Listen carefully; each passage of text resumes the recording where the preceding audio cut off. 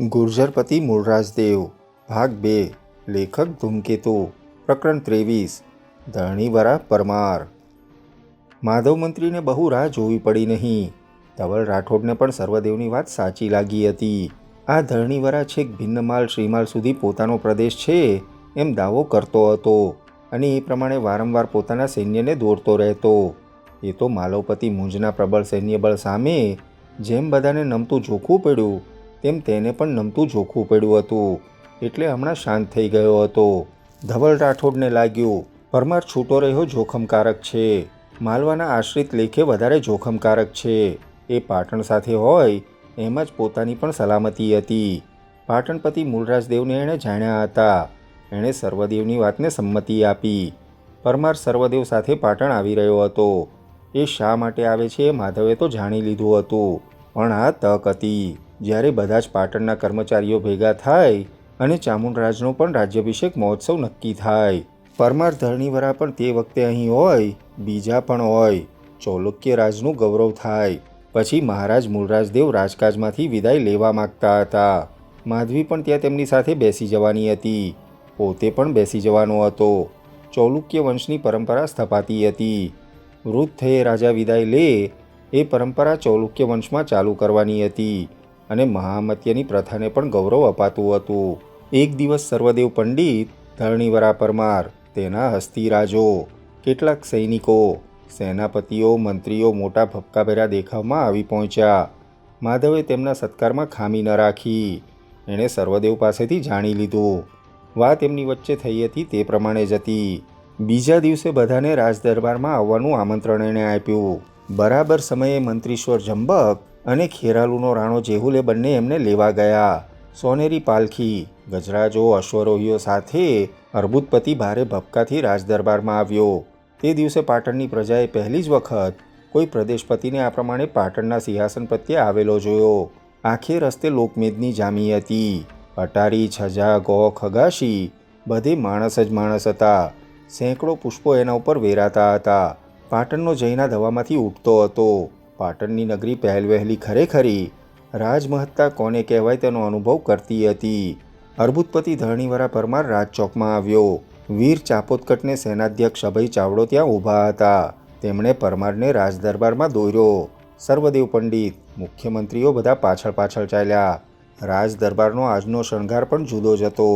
ઠેર ઠેર નારી રક્ષક દળ સશસ્ત્ર ચોકી કરતું હતું। મુખ્ય દ્વાર ઉપર દ્વારપાલે શમશેર નમાવીને બધાને અભિવાદન કર્યા। પરમાર રાજદરબારમાં અંદર ગયો। એને ધવલ રાઠોડે એક વાત સ્પષ્ટ કરી દીધી હોય તેમ લાગ્યું। ધવલ રાઠોડ એને આશ્રય આપે પણ સૈન્ય લઈને પાટણ સામે જાય એ વસ્તુ તો ધવલ રાઠોડને પોતાને અત્યારે પોસાય તેમ જ ન હતી। એના ઉપર સિંધુપતિ ગાજી રહ્યો હતો। તેમજ અર્બુદપતિ સ્વતંત્ર રહે, અત્યારે થોડા દી સ્વતંત્ર રહે, તે વહેલે મોડે પરાધીન થવા માટે, એટલે પાટણની ને પરમારની મૈત્રી અને એનું બહુમાન થાય એવો એક જ માર્ગ હતો। પરમાર આ બધી વાત સમજીને આવ્યો હતો। એને બહુ રૂચતી ન હતી, પણ એમાં અર્બુદપતિનું ગૌરવ જળવાઈ જાય તેમ છે એમ એ સમજ્યો હતો। મહારાજ મૂળરાજદેવે એને આવતો જોયો અને સિંહાસન ઉપરથી થોડા ડગલા આગળ વધ્યા। તેમણે પોતાની સામે ઊંચો, સશક્ત, દ્રઢ, આગ્રહી, અડીગમ યોદ્ધા જેવો આદમી ઊભેલો જોયો। તેનું ખડતલ શરીર જોઈને એની રણકુશળતા વિશે માન થાય તેવું હતું। તે કંઈક શ્યામ રંગનો હતો। તેજસ્વી પણ વ્યવહારદક્ષ માણસ જણાતો હતો। એની આંખમાં બંને વાત બેઠી હતી। રણકુશળતા હતી અને બાંધછોડની પણ એનામાં અજબ શક્તિ જણાઈ। એનો દેખાવ એક પ્રદેશપતિ કરતાં એક સેનાધ્યક્ષ જેવો વધારે હતો। તે દેખાવમાં સાદો હતો, પણ એ સાદાઈમાં રાજાનું ગૌરવ દેખાઈ આવતું હતું। મહારાજ મૂળરાજદેવે એને 5 પગલાં સામે જઈને સત્કાર કર્યો। આવો આવો અર્બુદપતિ, મને માધવ મંત્રીએ કહ્યું ત્યારથી જ હું તો તમારી રાહ જોઈ રહ્યો હતો। આવો, અહીં આવો, મારે જમણે હાથે। અર્બુદપતિ ત્યાં મહારાજની પાસે મુકાયેલા એક બહુમૂલ્ય આસન ઉપર જમણે હાથે બેઠો। તરત જ મંત્રીમંડળ, સર્વદેવ પંડિત અને બીજા બધા યથાસ્થાને ગોઠવાઈ ગયા। માધવ મંત્રીએ સર્વદેવ પંડિતને મહારાજ મૂળરાજદેવ પાસે રજૂ કરવા માટે આગળ લીધા। મહારાજ, આ સર્વદેવ પંડિત, ધવલ મહારાજના મહાઅમાત્ય। અરે માધવ મંત્રી, એમને હું ન ઓળખું તો થઈ રહ્યું ના? એમણે તો મને ત્યાં ધવલરાજની હસ્તકુંડીમાં કેવું આતિથ્ય આપ્યું હતું। આપણે શું આતિથ્ય કરવાના હતા? એ તો મહામાત્ય, ખરેખરા રાજનીતિ કુશળ દીર્ઘદ્રષ્ટા પુરુષ છે. તે દિવસનું એ કાર્ય આજે ડૂબ્યું. સૌ ભેગા હશે તો માલવા પણ દ્રષ્ટિ નહીં નાખે. આનું નામ દીર્ઘદ્રષ્ટિ. સર્વદેવને પોતાનું ગૌરવ થતું જોઈને ભારે સંતોષ થયો. માધવને પણ એને અત્યારે જાળવી લેવો હતો. એ પાછો આડો ન ફાટે એ પણ સંભાળવાનું હતું. સર્વદેવ મહામાત્ય આવ્યા છે પ્રભુ, આ પરમારરાજના કામે. મહારાજ ધવલરાજે એમને મોકલ્યા છે. એમ? તો આપણે માધવ, મહારાજ ધવલરાજના આતિથ્યનો કંઈ પણ બદલો અત્યારે વાળી શકીએ છીએ. હું એમને મારું મહાભાગ્ય માનું છું. બોલો સર્વદેવ મહામાત્ય, હું તમારું શું કામ કરી શકું તેમ છું? મહારાજ, માધવે જવાબ વાળ્યો, મહામાત્ય સર્વદેવે મને વાત કહી છે. ધવલ મહારાજની ઈચ્છા છે પરમાર અર્બુદપતિ રહે અને જેમ પાટણના હતા તેમ પાટણના મિત્ર થઈને રહે. પરમાર તો આપણા જ છે માધવ. મુંજ મહારાજે એમને ડાયરા. મુંજ મહારાજ બળવાન હતા, એમની ગતસેના એમની હતી. આપણે પાટણમાં એ વખતે હજી એ તૈયારી કરી રહ્યા હતા. આપણા પોતાના ઉપર સોરઠ, કચ્છ, લાટ, વિગ્રહરાજ 4 દિશાના હુમલા હતા.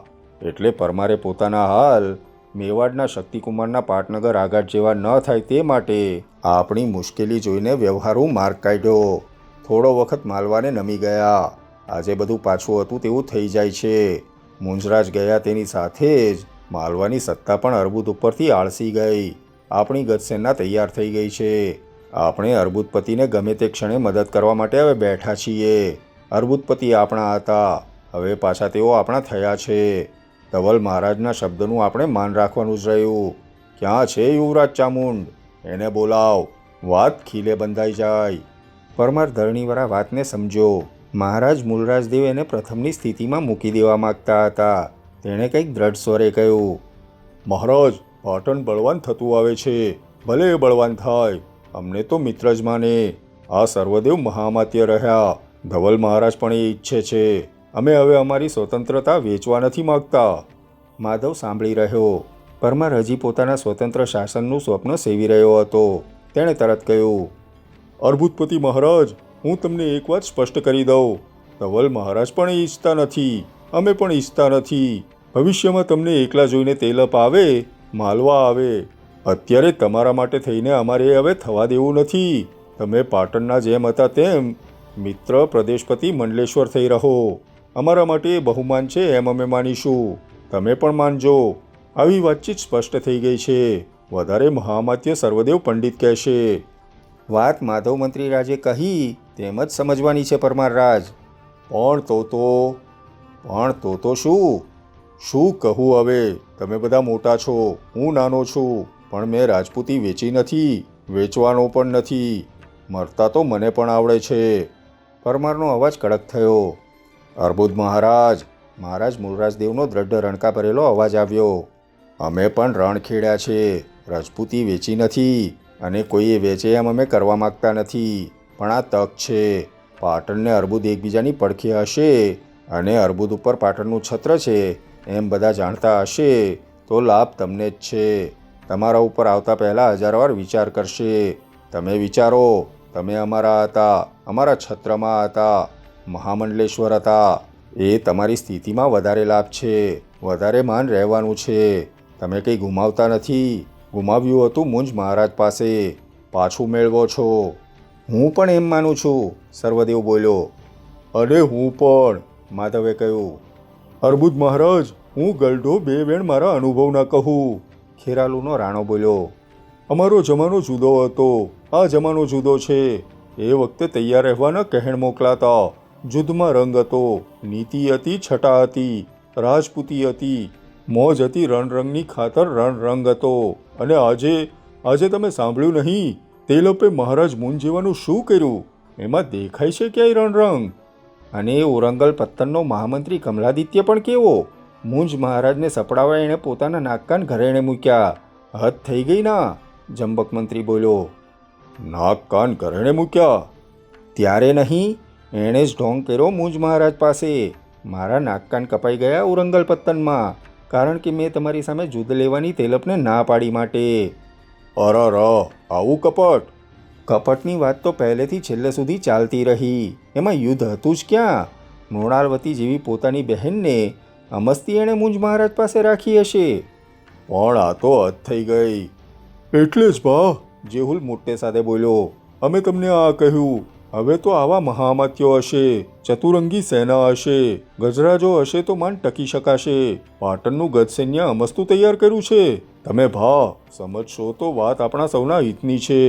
યુદ્ધ જોઈતું હોય તો મહારાજ ના નથી પાડવાના, પણ એમને વાત દિલમાં છે કે ધવલ મહારાજના શબ્દનું પોતે માન રાખે તો સારું. સર્વદેવ પંડિત જેવા તમારી સાથે છે. પરમાર વિચાર કરતો હતો.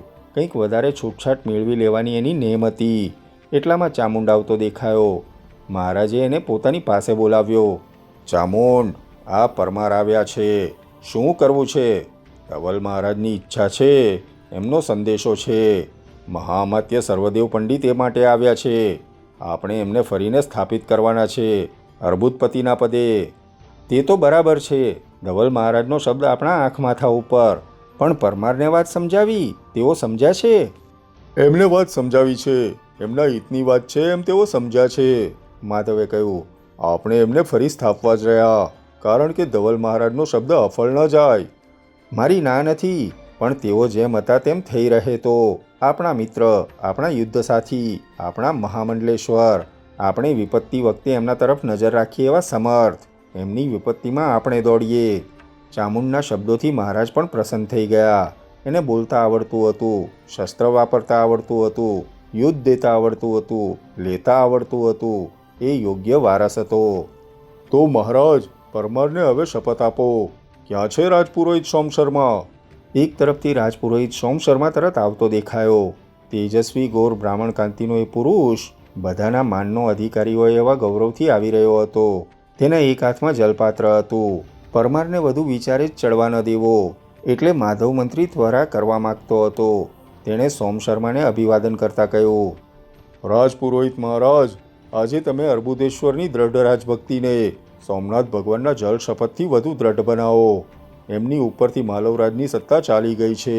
એ જેવો તેવો પ્રસંગ નથી પાટણને માટે, તેમજ એમને માટે ને ધવલ મહારાજને માટે પણ. પરમાર રાજને શપથ જલ આપો. તેઓ પાટણના અચલ મંડલેશ્વરના મહાન પદે આવે છે. સોમ શર્માએ જલપાત્રમાંથી જલ લીધું. પરમારે યંત્રવત પોતાના હાથમાં એ લીધું. એને વાત સમજાઈ ગઈ હતી કે હવે બીજી કોઈ વાત એને માટે રહેતી જ ન હતી.